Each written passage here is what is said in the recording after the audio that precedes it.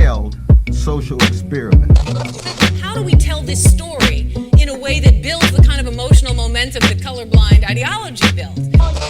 So many young brothers and sisters of the younger generation find themselves so far removed from the best of their past. What are we going to make out of the nothing we've been given?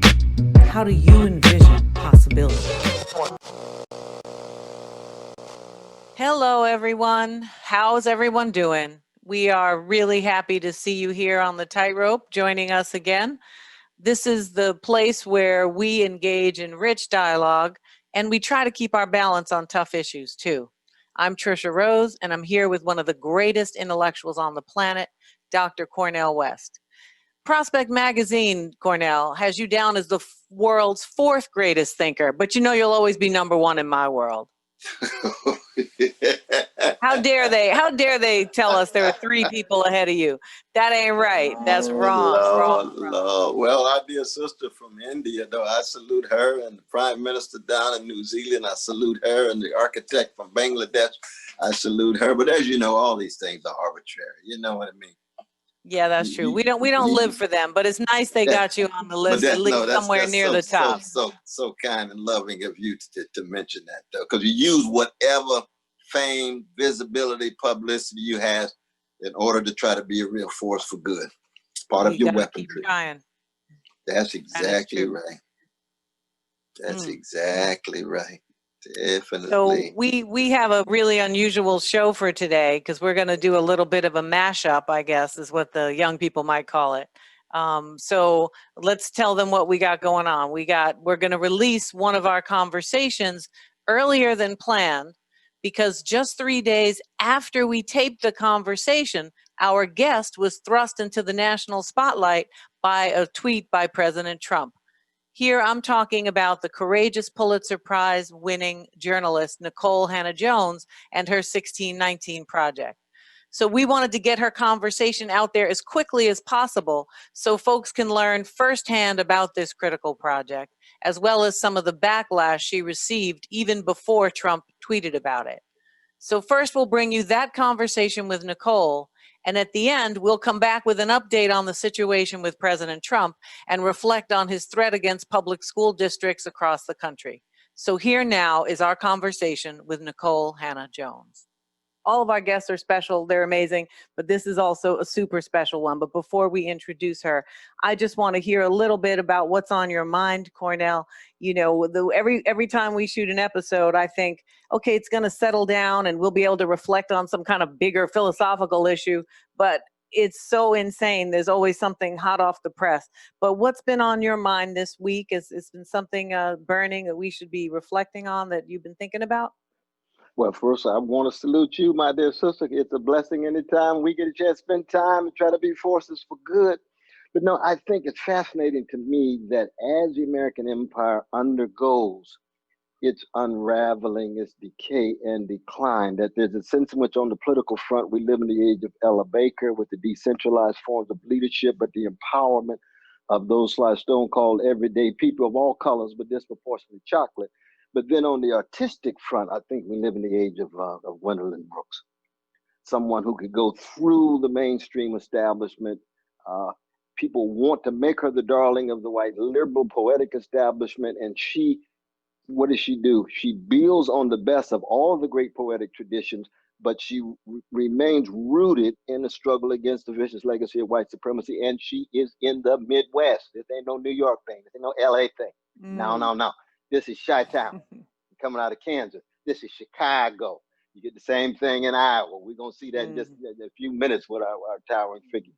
So that the fascinating thing is trying to remain connected with the best of those exemplars, voices, and figures of our history, our heritage, not to fetishize them, they're human beings like everybody else, but to accent their strengths.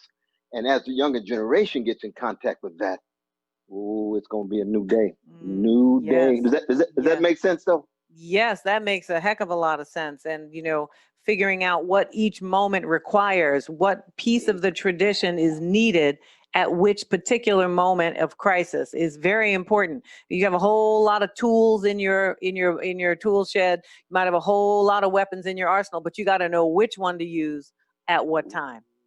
That's practical So, judgment. But there's certain yeah. things that's constant. You see, there's a common denominator. Right? You got to have Mm. self-respect. You got Yes. to have quest for Yes. self-determination. You got to have integrity, honesty, Right. decency, generosity, courage, vision. Right. All of those are common, but how they are expressed relative to the new circumstances, that's the challenge. Right, right, yeah. Well, all the tools and weapons to which I was referring are part of the Black radical tradition. So I had already limited my tools and weapons. I see. Sorry, I wasn't clear about that.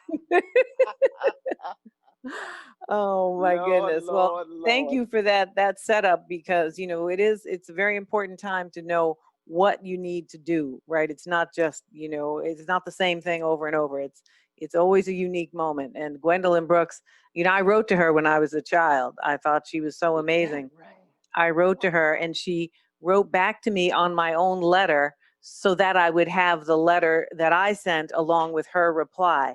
And it was very kind. I couldn't believe she wrote me back, Now, you were in Harlem or the Bronx at that time? I was in the Bronx already. I was about 10, maybe 11. We left Harlem when I was 8. The giant and genius Gwendolyn Brooks herself, and she writes right back.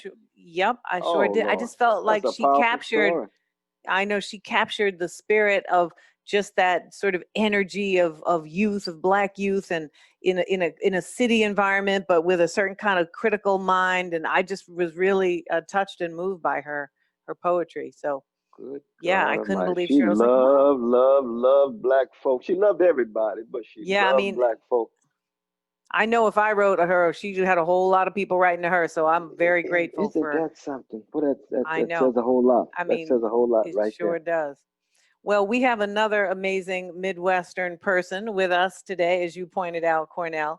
We are extremely grateful to have Nikole Hannah-Jones with us, who's a Pulitzer Prize winning reporter covering racial injustice and education and any number of other issues for the New York Times Magazine. And she is the creator of the landmark, legendary, already incredibly both controversial and transformative landmark 1619 project. I'm not going to spend much time on this. Everybody's got to know this. If you don't know the 1619 project, that's what Google is for. However, this project commemorates the 400th anniversary of the beginning of slavery in what would become the United States by examining slavery's modern legacy and reframing the way we understand this history and the contributions of Black Americans to the nation. Most importantly, Nikole Hannah-Jones was awarded the 2020 Pulitzer Prize for the essay and the project. She's written about fair housing. She's written about educational discrimination. She's just tackling all of the big issues of systemic racism, especially in the post-civil rights era. Nikole Hannah-Jones, thank you so much for joining us on The Tightrope. Thank you both for having me. Really honored and really excited. I should have gotten my copy of Race Matters out, Dr. Cornel West, because you would not, of course, have any reason to remember this, but when I was a graduate student at the University of North Carolina, Chapel Hill, I came to a speech that you gave and had you sign my copy of the book, which I still have and cherish. So it's just an honor to be in dialogue with you and also with you, Professor Rose. Thank you. Thank you. Yes, I know. We all have a copy of a signed book. We're lucky of Dr. Cornel West. No, but I didn't know that there was this connection to somebody who's such a powerful force for good. Because I know you were force for good then, but now on the public stage, and you are on the international stage, which is a beautiful thing. You holding up the bloodstained banner, making sure people see the Black freedom struggle is 11 in the U.S. Democratic loaf. I'm about to pass out. You don't know how it feels to have someone who, work you've admired your entire adult life to be in dialogue. It's just, so I appreciate you. I appreciate you both. Oh, we just telling the truth about you. That's what it is. You're going to talk about America, you got to talk about Black people at the center, at the core, not because of skin pigmentation, because the choices that we made so that when we lift our backs, the whole democratic project expands. And we got all the proof for that. And people say, oh, I think you're emphasizing the race a bit too much. We just trying to tell the truth. We're just trying to tell the truth. is not only that we have expanded the Democratic Project, but that it not focusing on us doesn't explain why the Democratic Project was not expanded in the first place. So if you want to understand why it was what it was, you have to come to terms with the question of race and the specific construction of Black people as Black, African Americans as other, and as less than human. There's no question about that. But before we get into all that, we have a fairly common practice, and usually Cornel is the person who initiates it, but I'm going to take a little page out of his book right now. He wants to start us with, as I adore, he does this, where you're from, your family, your childhood.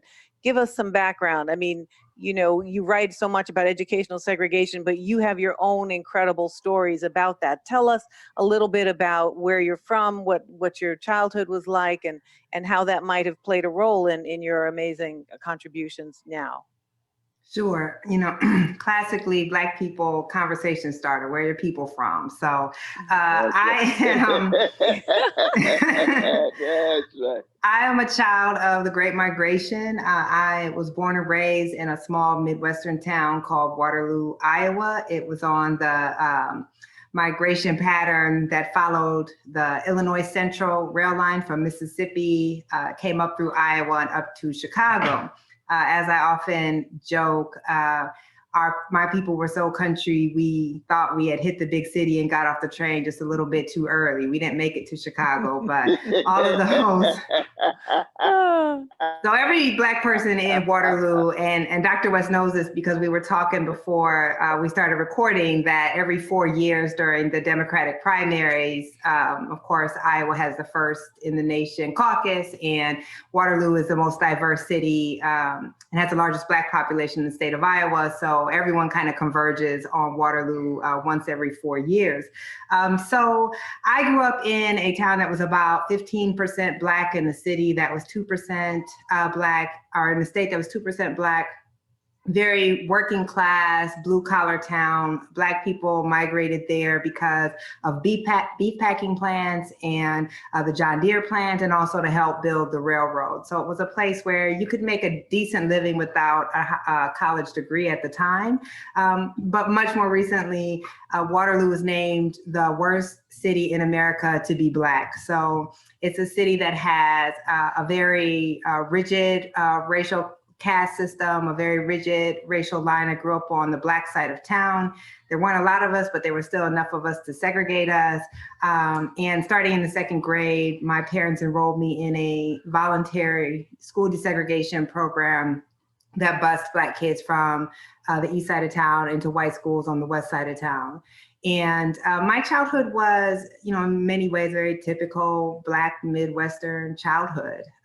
Grew up around all of my family. We all lived in close proximity to each other, got a good public school education. My family was working class, but compared to the rest of our family, we were probably the most well off. And Waterloo played a really big role in who I ultimately became. We were, again, every Black person in my town is from Mississippi. And I've written about this, that Mississippi flavored our language, our food, our worship.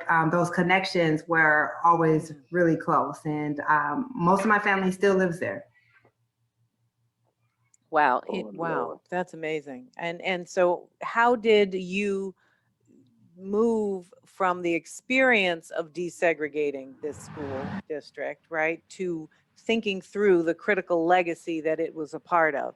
Because, you know, in my experience, you know, you have childhood experiences, you don't have frameworks for them quite yet. I mean, maybe you already did, but at least for me, it took a while to put those bigger pieces together. How did that happen for you? Because you write about it both as a parent, right, and as a person who's had that experience as a child.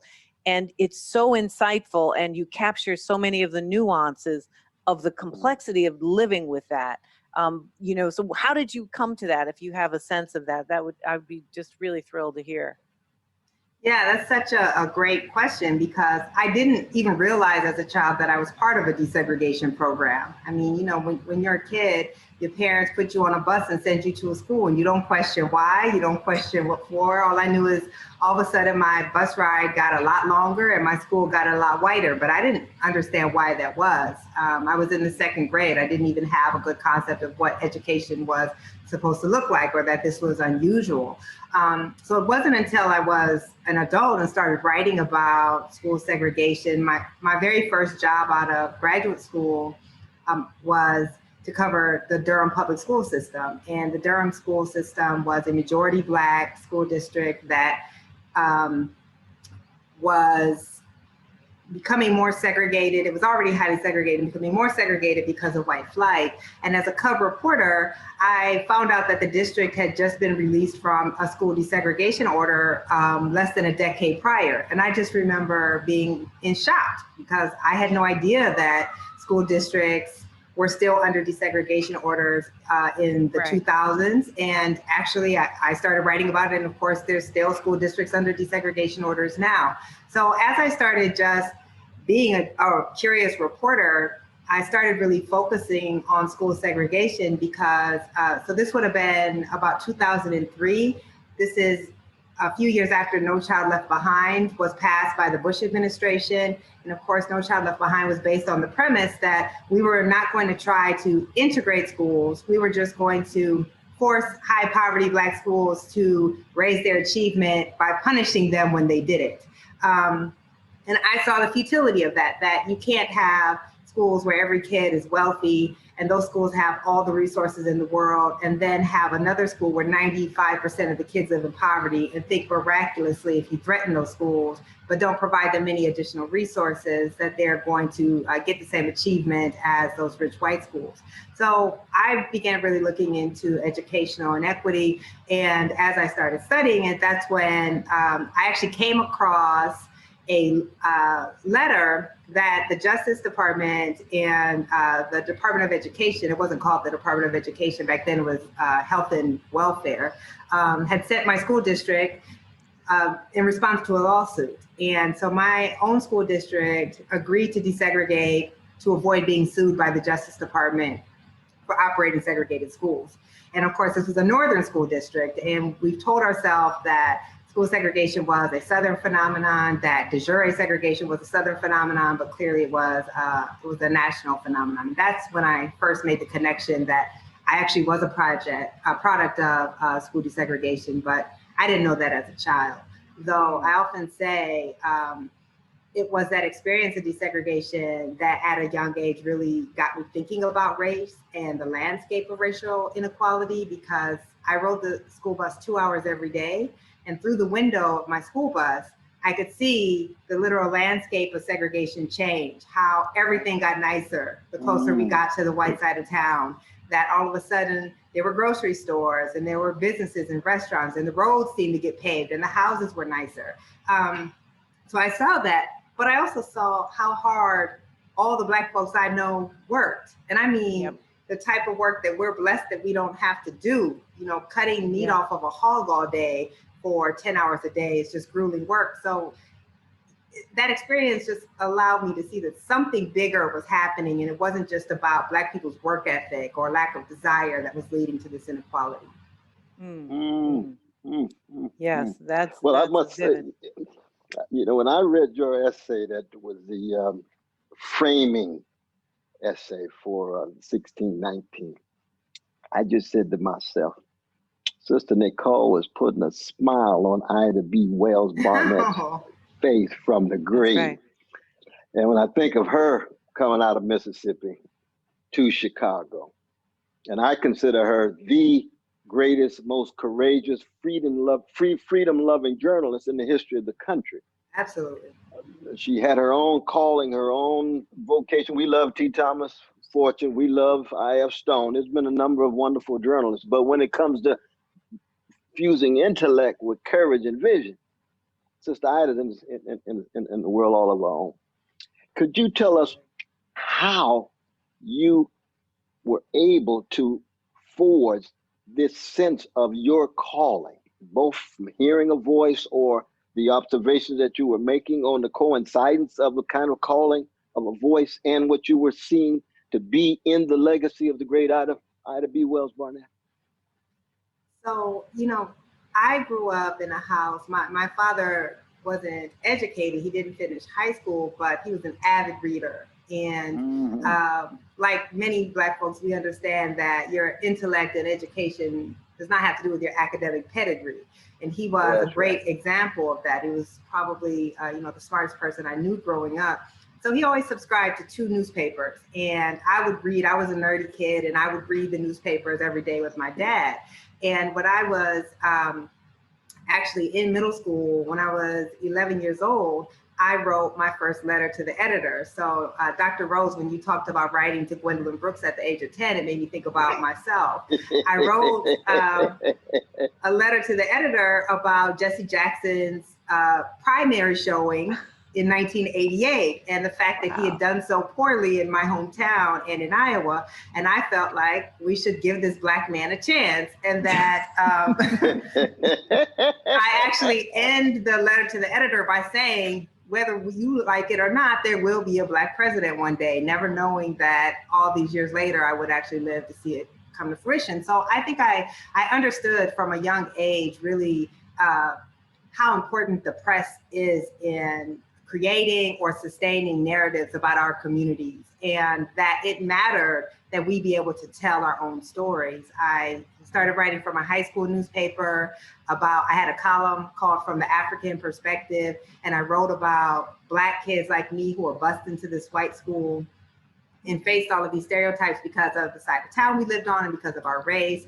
And that's when I really started thinking about that we can't let other people tell our stories. And as you both know, the very first Black newspaper, the Freedom's Journal, they say, we wish to plead our own cause. No longer shall others speak for us. And I really grasped that at a young age. So I decided to be a journalist because I wanted to write about Black folks, and I wanted to write about racial inequality, but really the architecture of it, because I think so much reporting about racism is just lazy and superficial. And it's about, did this person say something racist or not? I don't really care.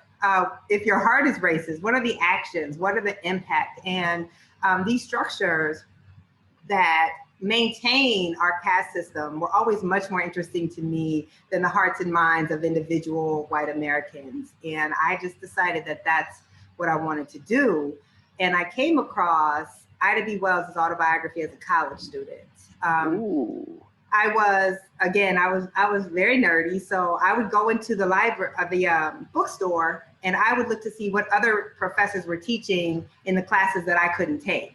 And one of those professors was teaching this book about Ida B. Wells, and I read the back, and I was like, there was a Black woman who did that back then. It was amazing to be a feminist, a suffragist, to be like investigating lynchings right after the end of the Civil War or the end of Reconstruction. I just didn't know Black women could do things like that back then. And I have been obsessed with Ida B. Wells since then, because she was such a model for a modern woman, a woman today, about what we can do, and also just like not staying in your place. The beautiful thing about her is she did not suffer fools, and that is very clear. And she suffered for that, but she had a moral mission. And I agree with you, Dr. West, when you say, she's the greatest journalist, because those other great names that we hear, they weren't having to write in opposition to their own country. They weren't having to do journalism that was trying to speak to their very right to be a citizen and be treated with humanity, and where you had no one who was going to protect you or vindicate your rights. And that's just a different circumstance than to be a muckraking journalist in a country that treats you like a citizen. So yeah, there's fewer, more powerful icons. I think she's the greatest American journalist. That's so powerful. True. Put a bounty on her head. Now, when a white supremacist civilization puts a bounty on your head for loving Black folk, you're doing a divine thing. Exactly. And then you doing a divine thing. Let's not forget that, as a woman, she was also asked to stay in her place as a Black woman among Black male journalists and preachers and political figures who challenged her right to her ability to challenge their narratives and sometimes their complicitness. So she That's right. also, I mean, this is how she gets written out of the story as a co-founder of the NAACP. This is how she gets written out of the fact that the NAACP and other male civil rights activists didn't even want to deal with lynching until Ida B. Wells made it a global story, because they thought it was distasteful and they believed the narrative. So yeah, I think that is so true. And also I think her class loyalty doesn't get talked about enough, that when she moved to Chicago, she refused to be one of those Black people who kind of looked down upon the Southern migrants who were coming up, but instead started these organizations to really help low-income Black people. And so, yes, she was one of those original intersectionalists for sure. That's true. When she put that pressure on the great W.B. Du Bois, Du Bois was wrong as two left shoes. Wrong as two left shoes when it came to not acknowledging her own genius, presence, witness, and so forth. But then she's also a Sunday school teacher. Yes.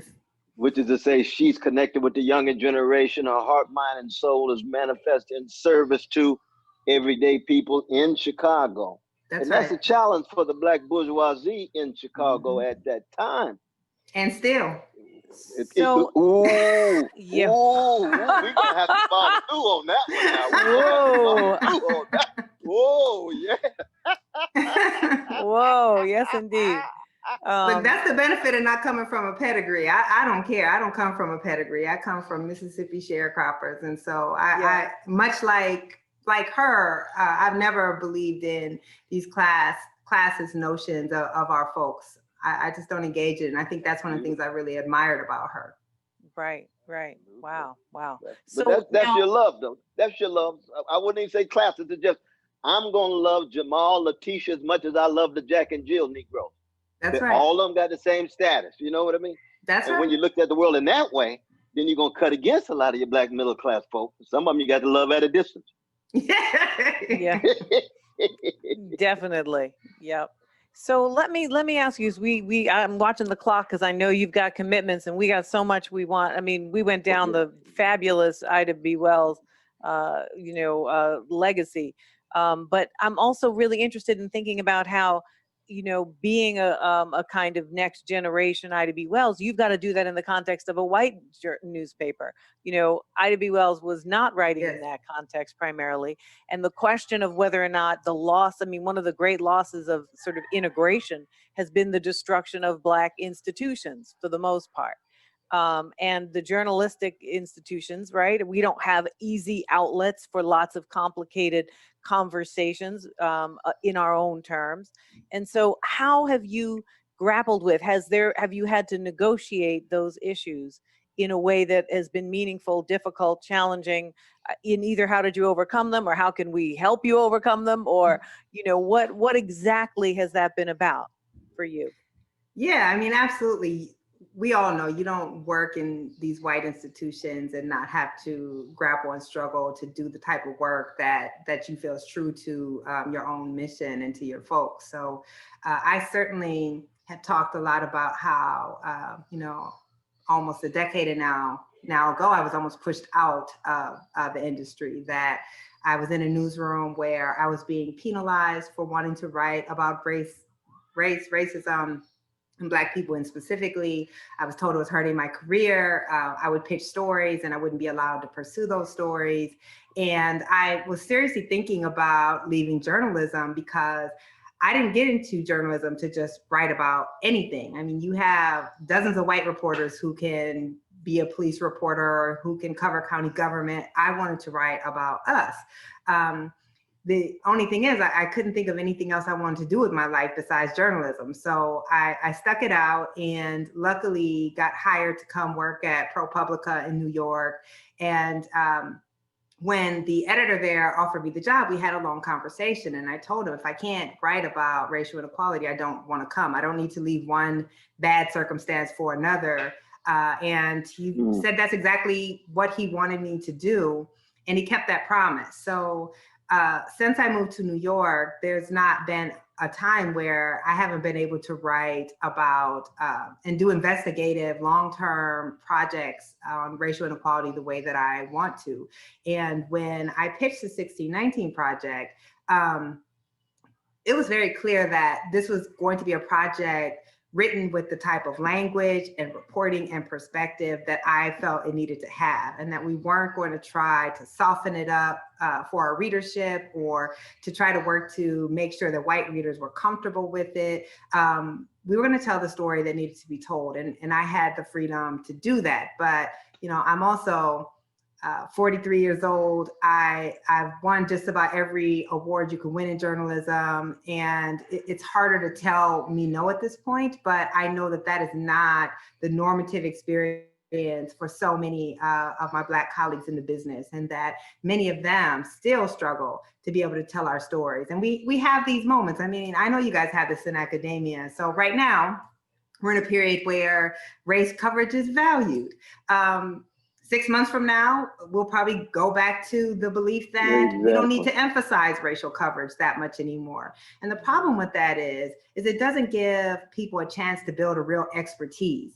And you're not a great race reporter just because you're Black. You're a great race reporter because— Contrary to popular belief. Exactly, right? You have to study it. You have to study it and get an expertise in it, just like you would if you were covering science or if you are covering politics. And I've really tried to show that this is a beat that requires expertise and knowledge, and try to open doors for other journalists coming behind me. But it is still a very difficult industry if you are a person of color who wants to write about these things. Right, right.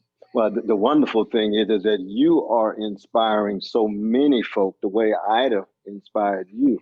So we can see this tradition going all the way through time and space. And that's what's so badly needed, because it seems to me journalism these days is just so commodified. People don't want to think against the grain. They don't want to examine certain assumptions that are so silent. And yet at the same time, we need journalists more than ever. I mean, I think one of that letter that was written to you all by the American historians, you could tell part of it had to do with the fact that you all were speaking to people that they rarely get a chance to speak to.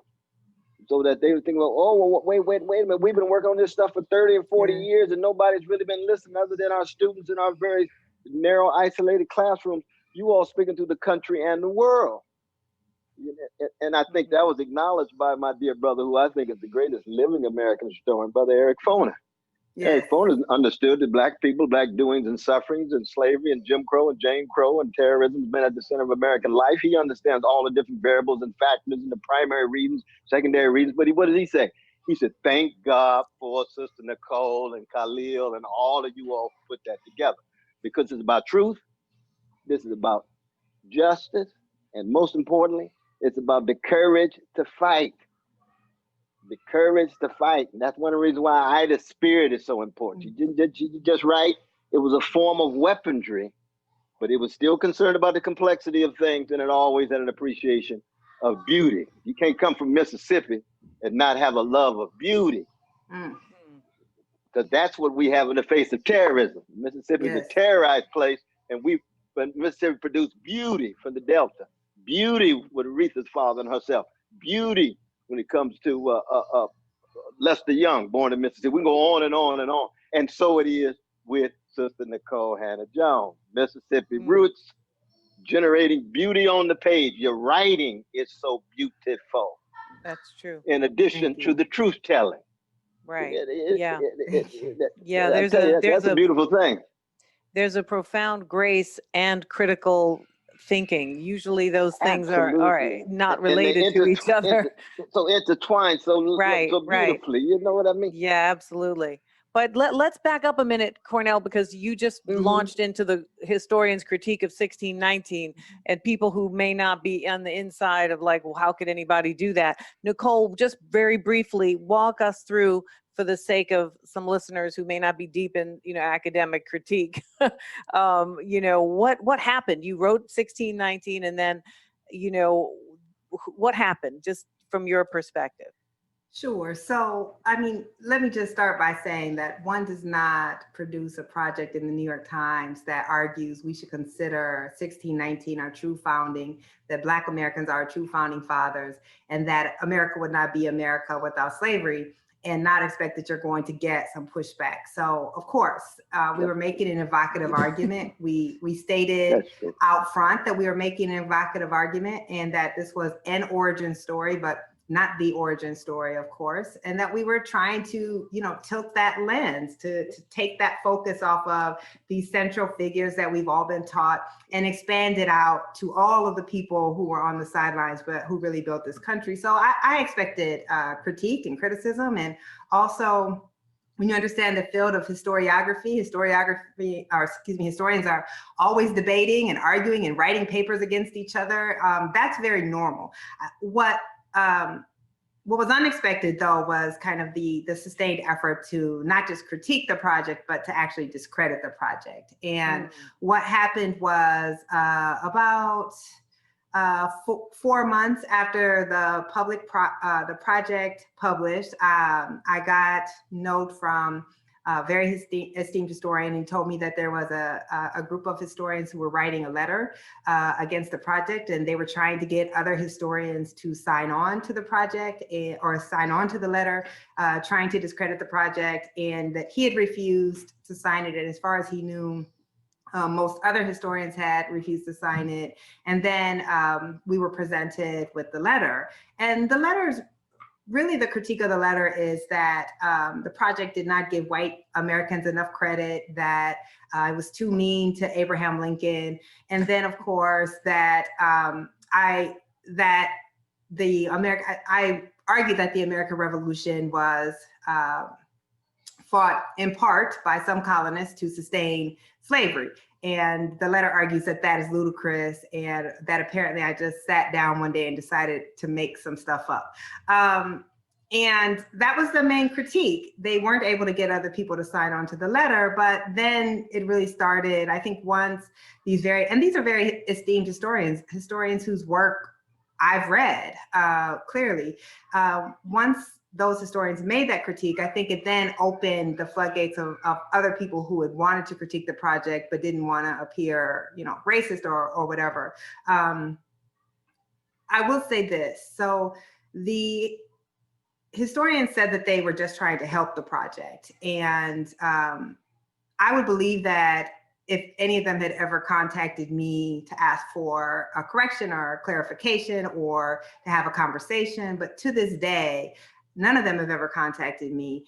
And even on the letter that they submitted to the New York Times, I was not included on that letter. And even though they included, I was never even CC'd on it.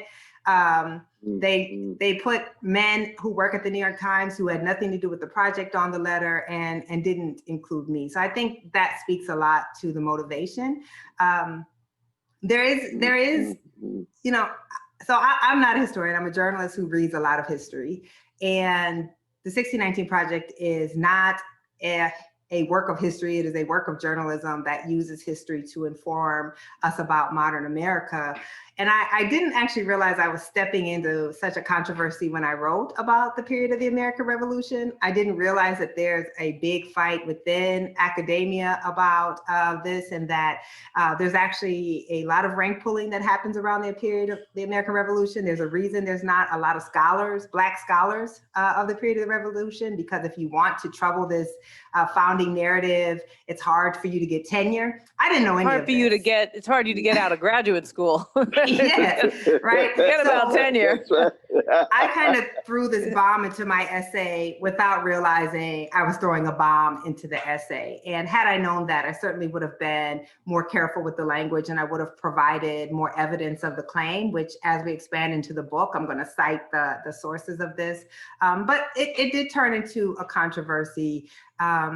And I wish we could have had more actual engagement around it. But what I came to understand is a lot of this was about the audacity of this Black woman, and this Black woman who looks like me, and this Black woman who looks like me at the New York Times, daring to make claims that Black people should be centered in the American story. And so some of you know, some of the critique, of course, is legitimate, but a lot of it was about who has the right to tell these stories, and a real discomfort at making what I think to be the most obvious argument in the world, which is that slavery was foundational to the development of the United States. How can you argue anything other than that? And we know Eric Foner, David Blight, you know, these various themed historians have made these arguments, of course, right? But it was me, and it was making it in the New York Times. And it was, I think, if, you know, if the 1619 Project had been a dud, if it published and no one cared, That's right. These historians would not have written, right? But it was the fact that it did blow up, and it did have people talking about and thinking about the mythology of America and the nationalistic way we've been taught this history. And that made a lot of people uncomfortable, which told me that we did exactly what we were supposed to be doing.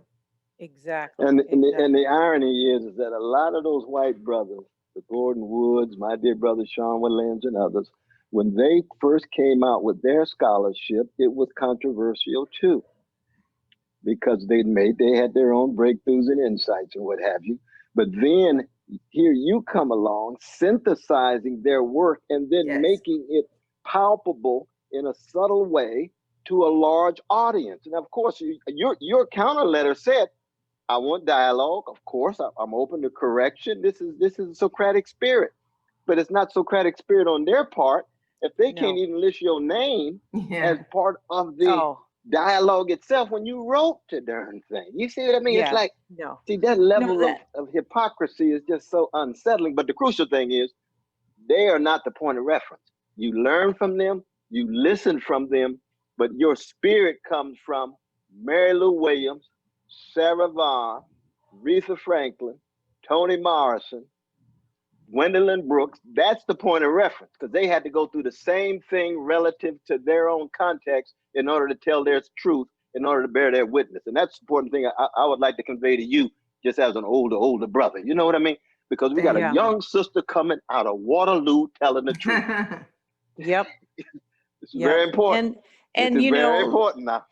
Yeah, definitely. I'm glad you emphasized that, Cornel. I just want to reiterate two things. One is the profound level of disrespect that I interpret their refusal to even name you in the face of their critique is really unacceptable. And it's a fundamental breaking with the tenets of academic protocol, because you can't critique a mother freaker you don't name. Okay. That's right. You just can't do it. You shut the heck up. Exactly right. If you got something to say, you don't like what I said, you got to name me. Right now, the fact that they put a whole bunch of white men into the story who weren't even in the story tells you just everything you need to know. It actually undermines everything they could possibly say, because they know they were ignoring you.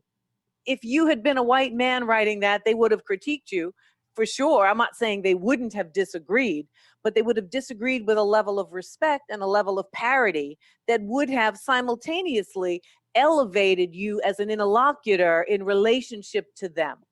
And that's precisely what they wanted to avoid. So why Cornel is emphasizing why it's important for you to recognize that, as Ida B. Wells had to recognize too, that this is not even about you, right? This is really about their illness, their problems, right? And their elitism and their investment in myth making. Because if it was just an intellectual debate, they would have said, come on, Nikole, let's come to Yale, come to Harvard, come to wherever. We're going to have a discussion and a debate and go through it. Or we're just going to have dinner, as people want to do, I hear, right? You disagree and talk it through. So this is very important. It's not just the content of the critique. It's the form and the intention and the disrespect. And, you know, that really, I can't tell you how much that disturbs me, because, you know, anyway, let me not even go back down that road, because I could be here. You'll be gone. You'll be all signed off at home. I'll be still talking. I'll be like, Cornel left for the day. I'm like, look, y'all got to cut this nonsense out. I'll be all by myself. But no, see, we need to make sure you stay on that tightrope. We want you to stay on that tightrope. Don't get discouraged. Always be open, just like a jazz woman and a blues woman, right? But at the same time, you got your own calling. You got work to do. Right, but you have changed. Focus right on that.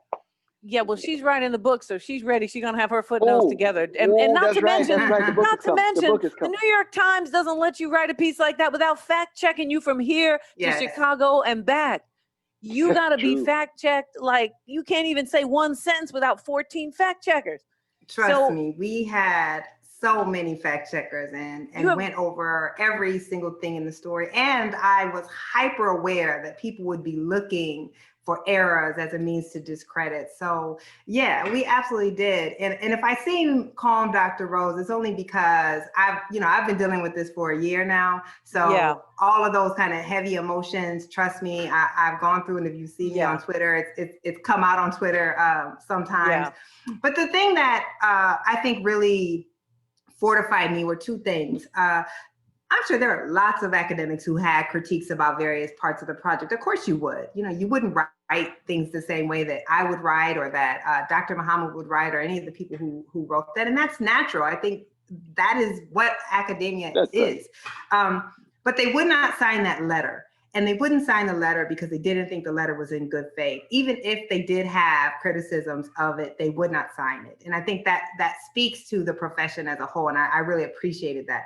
And the other thing is Black academics, the way that Black academics rose in support of me and the work, and like, I can't tell you how many emails and letters and like calls I got from Black academics who really had my back, and in some really low moments. When people make criticisms like this, I think they sometimes don't understand how personal this work is if you're a Black person, and how much you put of your spirit and your soul you put into this work. And it's easy to just publish a dig somewhere without having to connect with that humanity and that pain.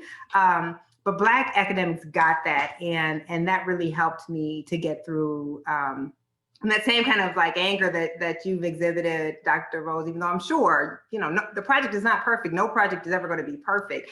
But that sense of like what the attack was really about, it was people like you all that helped me, get through some of the darker times. Right. Well, I'm glad that that's the case, because, listen, you not only transformed the sense of the beginning, and of course, maybe 1619 isn't a perfect beginning, right? There might be reasons to argue it, but we know that it is a critical moment. It's a formative moment, and you're able to narrate that trajectory, not to just a handful of elite students who go to a couple of elite schools, but to everyday people who can now talk about 1619 as if it's a historical landmark, right?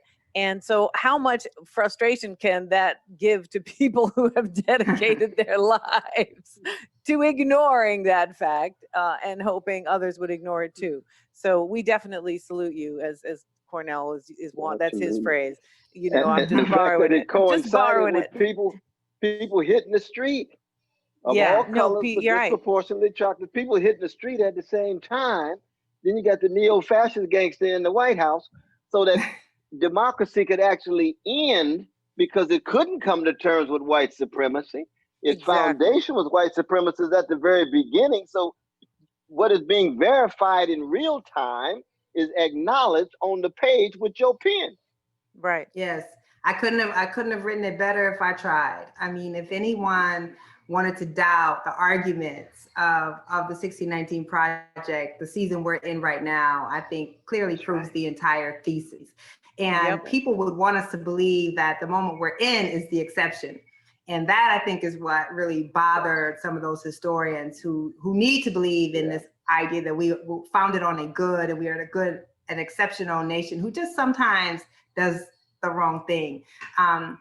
But this project was saying, and this is the role Black people are being asked to be in right now. We're still being asked to save democracy. We're still being asked to be the ones, a 13% minority in this country, to save this country from itself. It is a role we have always played. And the only way you can say that the project is not patriotic is if you don't think Black people are real Americans, because otherwise, we're the ones who actually believed in this and still do. Right. Not only believed in it, but going back to your father's flag at the very beginning of that essay. I can see it waving right there in Waterloo. Me too. Me too. So I know you have to go. I feel like this Yes. time we got to have a second episode with you Yeah, if you're yes, open right. You to got to it. come back. You got to come Because back. This is so rich. I had a whole list of things to talk about. We just done, I think we're on number 2. We're on question number 2. Lord. I know you have to run, but are there any Yes. closing thoughts you want to share or anything that you wished we had gotten to, because I might have gotten on my soapbox too long and taken up No, too you much didn't. time? Is there No, anything just that right. you Just right. want to share before you go? Yeah, just again, thank you for the dialogue. I'm just an admirer of you both so much. And I just loved having the conversation. I wish we were like in the room together, but one day, hopefully. And the only other thing I'll say is I fell in love with history as a young child because history explained the world to me. It calmed me when what I saw didn't match the reality of what I knew. To study history and see, oh, this is intentional. Oh, this was constructed. And to be able to have the lexicon to describe the lived reality of today based on this historical facts is why I fell in love with history. And what I hope the 1619 Project has done is made people understand the relevancy of history and how we can't ever get past something. It's always impacting us. It's always shaping the society we live in today. And to ignore that then is to mean that we don't really want to deal with why we are as we are, and therefore we can't fix it. So I encourage everyone to study history. And if you need a history light, plug into 1619. Definitely. Wonderful. Fantastic. Thank you so much, Nikole Wonderful. Hannah-Jones. Indeed, We're indeed, inspired indeed. by you, Thank and Absolutely. yes, indeed. And you've changed, probably the graduate reading lists of history department exams for a number of decades, and for the better. And we're thrilled for what you're doing. You come back. We definitely have to have a part 2 if you're game, because Yep, have me back. I'll be more than all happy to right, all right. continue We'll the reach dialogue. out for sure. Indeed. All right. Thank you so much for joining us on the tightrope. Love Of you and course. respect you. Stay strong now. Thank you. Same. Wow, what an incredible conversation. Now, as we said before, we recorded that conversation on Thursday, September 3rd. On the following Sunday, September 6th, President Trump retweeted someone's rant about California, including the 1619 Project in their educational programming in public schools. And Trump added the threat, quote, "The Department of Education is looking at this. If so, they will not be funded." And just in case the base that he's pandering to, didn't get the message, he doubled down the next day in a press conference. Now, it's pretty clear that defunding public schools because of what they teach is a violation of the Every Student Succeeds Act. But Cornel, what do you make of the way Nikole Hannah-Jones and the 1619 Project has become the focus of the president's ire? What impact do you think this will have, and what do you think's underneath it? I think in so many ways, anytime a neo-fascist gangster in the White House is trashing you, it's a compliment, because it means that you got something to do with the truth. You see, he's addicted to lies. He's afraid of the truth. And Sister Nikole is simply saying, let us tell the truth about our past and how it relates to our present. And the condition of truth is to allow the suffering to speak. So we're going to make sure that those who have been suffering since 1619 have a voice. And of course, she's focused primarily on Black folk, but she would include indigenous peoples and workers and women and others. And so in that regard, Trump is just being consistent.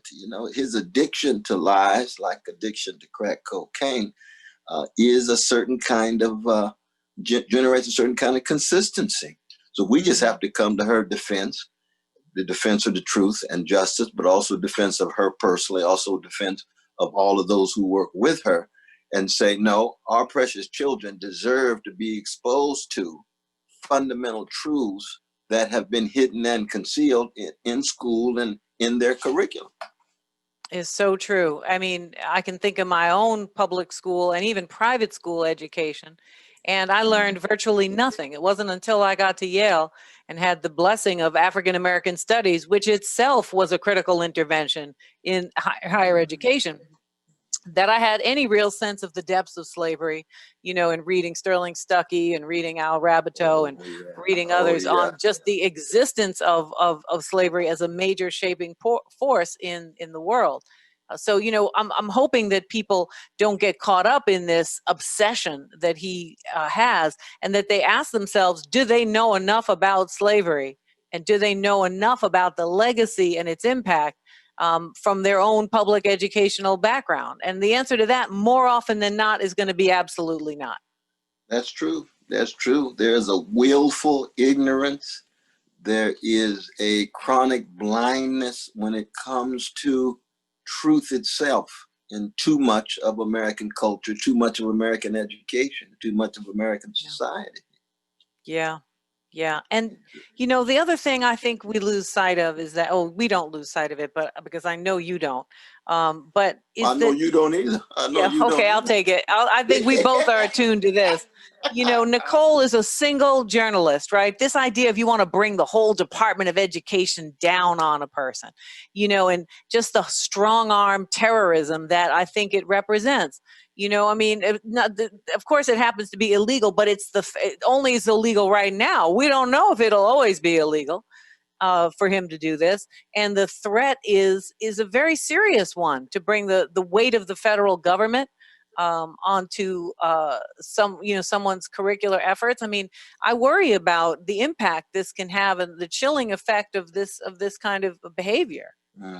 Well, I mean, again, that's what fascism is all about, trying to instill a deep, deep fear, to try to intimidate people. But wonderful things about Sister Nikole, she's got a number of wonderful things about her, is that she knows she comes out of a family, a community, a tradition, and a people who stand with her and will stand with her, as we will. And in that sense, we never want her to think that she's isolated and deracinated with no roots, no anchor, no foundation. She's standing on this wave in an ocean. And not one neo-fascist gangster can stand in the face of that wave as it escalates and intensifies. That's right. We call that a wipeout. He's going to wipe out on that wave. Yeah, but the other thing is that there's no question she stands on that tradition, Cornel. But also, to be, fair, there are lots of other groups of people who also want to know this history, right? I think young people, right? I mean, so in other words, this isn't a racial polarization question. That's what he's trying to turn it into. That's true, because we talk about truth. At all. We talk about truth, and we talk about fairness and justice. Period. Right. Period. Be any color, sexual orientation, national identity. If you're interested in truth, then you got to come to terms with the 1619 Project. If you're interested in justice, you got to come to terms with the 1619 Project. 1619 Project is not free of whatever limitations. Every project has its own limitations, but its basic orientation is to tell some deep fundamental truths that most Americans, past and present, just don't want to hear. Especially most white vanilla brothers and sisters just don't want to hear. Right. Well, what they're doing is cultivating a particular kind of whiteness, a kind of whiteness that equates its own tradition with a certain kind of domination. And they want to celebrate this notion of domination under the rubric of tradition, rather than interrogating what is a beautiful thing about the tradition of early democracy and what were gross failures of humanity.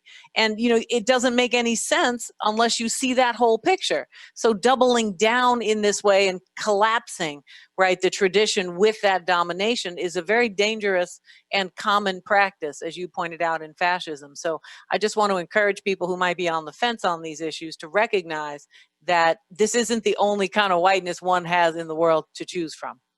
That's a very important point. And you said it with eloquence once again. That is so true.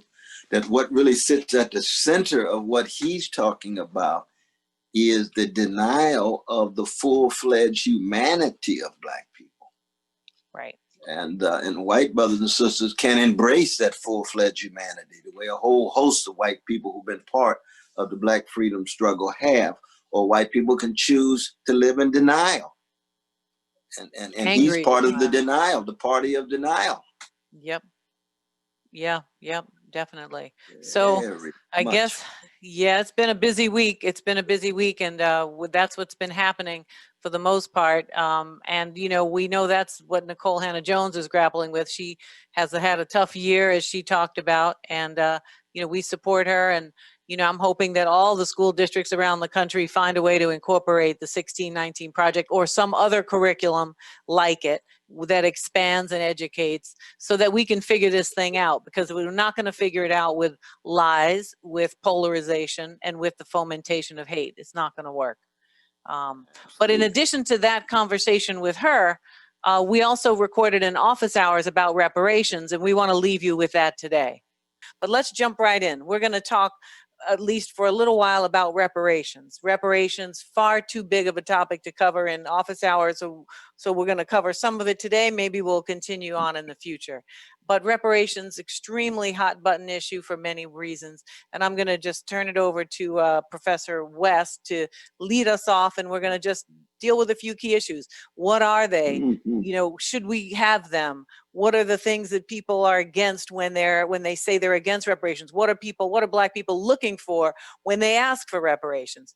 Go ahead, Doc. What do you got? Well, one is that I think anytime you're talking about reparations in the United States as it relates to the vicious legacy of white supremacy, that you're talking about one of the most difficult, delicate, in some ways explosive issues. And yet if we don't come to terms with it, America will never be able to engage in any kind of decent treatment of Black people. Now, there's no doubt that in the last 4 or 5 years, it's really been ADOS, it's been Sister Yvette Cornel, it's been Brother Antonio Moore, who have put this on the agenda with local branches all around the country. It's been the scholarship of William Darity and Sister Kirsten Mullen, that wonderful book, From Here to Equality, and the history of reparations all the way into the 21st century. The echoes of Queen Mother Moore, the echoes even further back of Callie House, who was one of the great pioneers in talking about reparations. But Marion Francis Berry wrote a magnificent book about, all the way through in Cobra. And I was blessed to work with Randall Robinson in the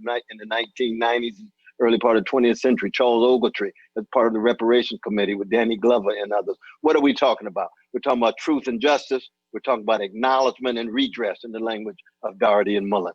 And what does it mean to acknowledge what actually happened? What is the truth of America in terms of the treatment of the government vis-a-vis enslaved Africans, Black people under Jim Crow, Jane Crow, present day discrimination and degradation of Black honor and Black humanity? And what kind of redress? What kind of justice? Just like tort law, right? You got damaged, and what kind of response to the damage? Financial, institutional, what are the ways in which some kind of redress can take place? And we're now at a moment, California now has just passed a new bill, serious study. We've had major presence in Congress, and I want to give Brother Coates, Ta-Nehisi Coates' essay, The Case for Reparations. That was a very important intervention in terms of this movement. Yes. And I think that we're in a new space, we're in a new zone. And I think the fundamental issue for me is when you look at the fact that over 50% of precious Black folk in America have less than zero in terms of their wealth, that reparations becomes a survival issue. How will Black people ever gain access to wealth, capital, credit, and so forth? For the Black middle classes, that's a different kind of question, because many of us have jobs, many of us have some kind of financial stability. But when you talk about the bottom 55%, 60% who have absolutely nothing, then these regular mechanisms are not going to do it. So there's two rails. As citizens, I think all citizens ought to have Medicare for all. All citizens ought to have jobs with a living wage. All citizens ought to have high quality education and so forth. But then as Black folk, as sub-citizens, anti-citizens, whose very labor was the precondition of any conception of American citizenship, what kind of redress, what kind of justice accrues to them? And that's what the real challenge is. And it's on the move. That movement is on the move. There's no stopping it. Yeah, definitely. Yeah, so you set the stage as always so brilliantly. I mean, one of the things I'd want to emphasize for people who might be skeptical about reparations or wondering why should we pay for slavery, right? You know, what can we do about that? Is to really keep in mind that what begins with slavery continues pretty much until the present, which is the ways in which African Americans are not simply not included, but uh, excluded from a variety of projects and economic redistribution efforts that privileged whites. That is to say, that gave them additional resources and additional opportunities. I mean, we go all the way back to 40 acres and a mule, but then we have the Homestead Act, you know, the FHA loans that were denied to Black people for redlining, Social Security, which excluded domestic workers and farm workers largely so that it could exclude Southern Blacks. 80% of Black women were domestic workers when Social Security passed. So there's, you know, you can't get Social Security and you can't accumulate Social Security benefits if you are a domestic worker. The GI Bill, you know, again, another government program designed to create home ownership for returning GIs, allowed states to specifically exclude whoever they wanted to exclude so that states' rights would govern the hierarchy of race, right? And make sure that very few Black people could access the kind of wealth building that home ownership produced. And then all of the ways in which affirmative action functioned for whites all along helped accumulate these assets. So when you say reparations, one does not mean, you know, we're just going to pay you for slavery. It means that we have spent the vast majority of the entire project of the founding of the nation up till the present actually extracting resources from Black people and making sure that things given out to other people are not given out. So it's like you go to a blackjack dealer and there's 5 players at the table and they keep going around giving cards, except the Black person playing doesn't get no cards. They can't even have any cards to play. And then they want to say, well, what do you want? We just want a couple of cards. Well, don't look, I wasn't the dealer here who left you out the last time. Don't blame me, but you're still sitting there with no cards. So it's important because people love to sort of imagine that it's some debt that can never be paid, that's not connected, right? But it's up until right now in all of those policy ways and many others. Yeah, so, you know. That is so great, because there's 3 different pillars that we're talking about, right? You're talking about slavery, you're talking about Jim Crow terrorism, and then you talk about ongoing discrimination and ways in which Black folk are degraded. So you got 3 different. A lot of times when people talk about reparations, they think it's just about slavery. Even our dear brother Barack Obama, when he rejected it, he talked only about slavery. He said, well, no, Brother Barack, we're talking about the whole historical spectrum in that sense. And in chapter 12, Criticisms and Responses, by this powerful text by William Dougherty and A. Kirsten Mullen, they go through all of precisely those things you talked about. Here's the questions, here's the response. Here's the questions, here's a response. Here's the question, here's a response. And the real turning point in some ways of the movement, I was talking to Brother Tone and Sister Yvette about this just recently. We had a wonderful gathering at St. Stephen's Baptist Church with Reverend Kevin Cosby, a Black Christian for reparations. And on page 244 of the Dougherty Mullen's book, where they said the key is, how do you transform animosity against reparations to support for reparations? Because once people have a deeper understanding of what's at stake, they'll see that it's not a question of some kind of tribal sensitivity. It's a question of justice. It's a question of truth. And that's the level that it has to be cast at. That's why Martin Luther King Jr. supported reparations. A lot of people don't realize that. You see? No, that's now we know Malcolm did. We know Malcolm did. Malcolm gonna be in the vanguard. You know. But but anytime Black folk be mistreated, Malcolm back. But you know, that's the radical king. That's your radical king, right? That's the radical king. That's right. Right. That's right. So, you know, it's not a giveaway. It's basically an effort. How are you going to ever level the playing field if you constantly saddle a group of people with additional burdens, unaddressed past burdens, and then you keep adding contemporary new ones?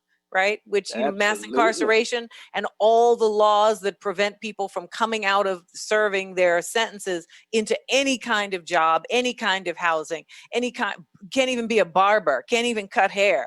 because licensing requires that they not be a felon or not be a formerly incarcerated person. So these are all contexts of discrimination that That's right. produce need for something like a reparations. So just And very you think of quickly, it this way. You think of it this way. The Federal Reserve gave over $12 trillion to Wall Street banks.